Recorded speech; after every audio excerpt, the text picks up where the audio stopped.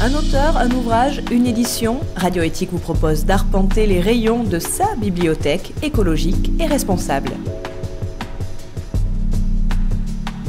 Vous avez toujours rêvé d'avoir quelques poules pondeuses ou d'élever ces volailles pour leur chair. L'ouvrage « J'élèverai bien des poules » paru dans la collection Facile et Bio aux éditions Terre Vivante vous explique comment démarrer un élevage. L'auteur Michel Audureau répond aux questions de Jean Tonelli. Les quelques éléments indispensables, faciles pourtant, mais indispensables à bien prendre en compte avant de se lancer pour qu'après les choses soient d'une facilité totale. Et donc un espace adapté, c'est-à-dire que si vous devez accueillir des poules, il arrive en ce moment, c'est la mode, qu'à Paris on accueille des poules sur un balcon. Bon, on ne s'est pas bien posé la question de l'adaptation de l'espace, ça peut générer deux types de problèmes.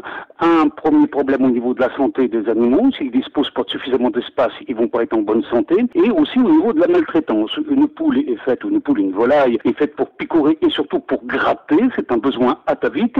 Sur un balcon, vous comprendrez qu'elle ne peut pas le faire. Et à partir de ce moment-là, ça s'apparente à une forme de maltraitance à partir du moment où on ne respecte pas un besoin atavique de l'animal, quel qu'il soit. Ce qui est important, c'est d'abord un espace vert. Une poule ne peut pas être enfermée dans un espace clos qu'elle va très vite rendre complètement nue comme une dalle de béton. Elle a besoin d'espace enherbé. Alors donner une surface, c'est un petit peu difficile, mais par contre, on s'en aperçoit vite, c'est permettre que l'espace soit vert toute l'année. Si à un moment donné, l'espace devient pouilleux, c'est qu'il n'est pas suffisant. L'espace doit rester vert. La poule a besoin de manger des insectes, elle a besoin aussi de manger un peu d'herbe. L'herbe, avec la xanthophyle qui est à l'intérieur de le pigment xanthophyle qui est dans l'herbe, permet cette belle couleur orangée, jaune-orangée de l'œuf. Elle a besoin de cette herbe, donc au niveau de l'espace général, après le poulailler, qui fait partie de la situation adaptée, doit aussi correspondre à un certain nombre de critères très simples, mais un endroit où se percher pour dormir, avec une facilité de ramasser en dessous les déjections, de façon à ce que ça ne s'empile pas, donc qu'il y ait une bonne hygiène, et puis des pondoirs adaptés aussi dans un endroit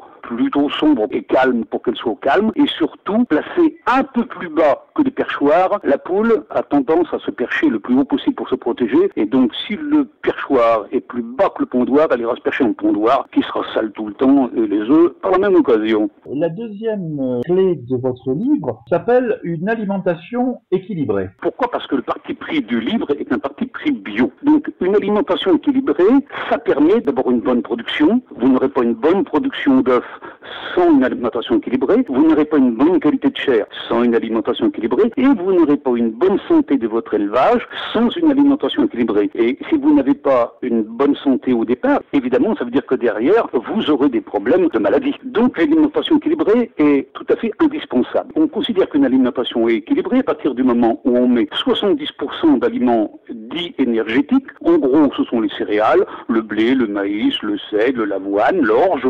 Voilà, avec un très faible taux de protéines, autour de 10%. Et puis à côté de ces 70% d'aliments énergétiques, on va mettre des aliments toujours végétaux qui représentent à peu près 30% de l'alimentation et qui, eux, ont un taux de protéines brutes beaucoup plus élevé. Donc ce sont les pois, les févroles, mais aussi le tournesol, le colza et les tourteaux. Ce qui est intéressant, c'est qu'on voit beaucoup de tourteaux en ce moment parce qu'il y a beaucoup de petites huileries bio qui s'installent. On peut donc récupérer des tourteaux pour pas trop cher.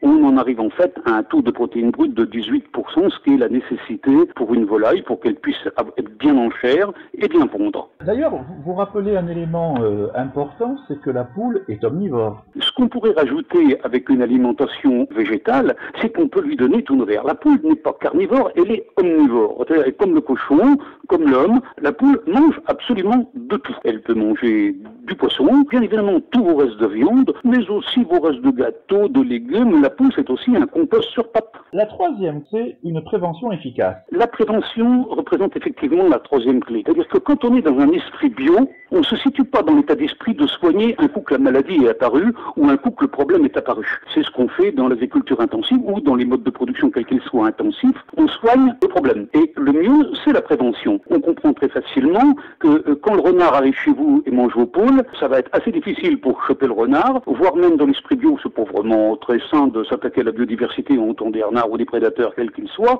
Et donc le mieux, c'est de s'en protéger en amont. Et ça, c'est assez facile. Il faut considérer aussi la prévention des maladies. Et c'est exactement le même état d'esprit. C'est-à-dire qu'une maladie, elle arrive pas par hasard, elle vient pas en parachute. Elle arrive parce qu'il y a des carences ou des problèmes à l'intérieur de l'élevage qui font que la maladie ou le parasite va se développer. Eh bien, si on a une bonne prévention hygiénique à la base, vous avez une grande chance de supprimer une grande partie ou de réduire une grande partie des problèmes liés aux maladies ou au parasitisme. Il faut savoir aussi qu'en bio, les recettes, par exemple, de plantes sont généralement pas très curatives. Quand on arrive au stade curatif, on est obligé de faire appel à l'allopathie. On est obligé d'aller chez le vétérinaire et qui va nous donner des médicaments un peu plus corsés. Mais en prévention, par contre, il y a toute une gamme de produits qui sont assez efficaces. D'ailleurs, ce qui est très intéressant dans votre livre, c'est ça, c'est de dire soyons suffisamment attentifs pour éviter de devoir faire du curatif. Tout à fait. Mais là, on rejoint un état d'esprit général, qu'on va dire un état d'esprit écologique. C'est-à-dire, si on prend en compte les problématiques en amont, on peut les traiter de manière douce, alors que quand vous recevez la problématique en pleine figure, parce qu'elle est à un stade trop évolué, vous ne pouvez plus travailler en système doux et vous êtes obligé de travailler en système dur. Alors, on arrive là tout à fait à la quatrième clé, qui est le choix d'une race.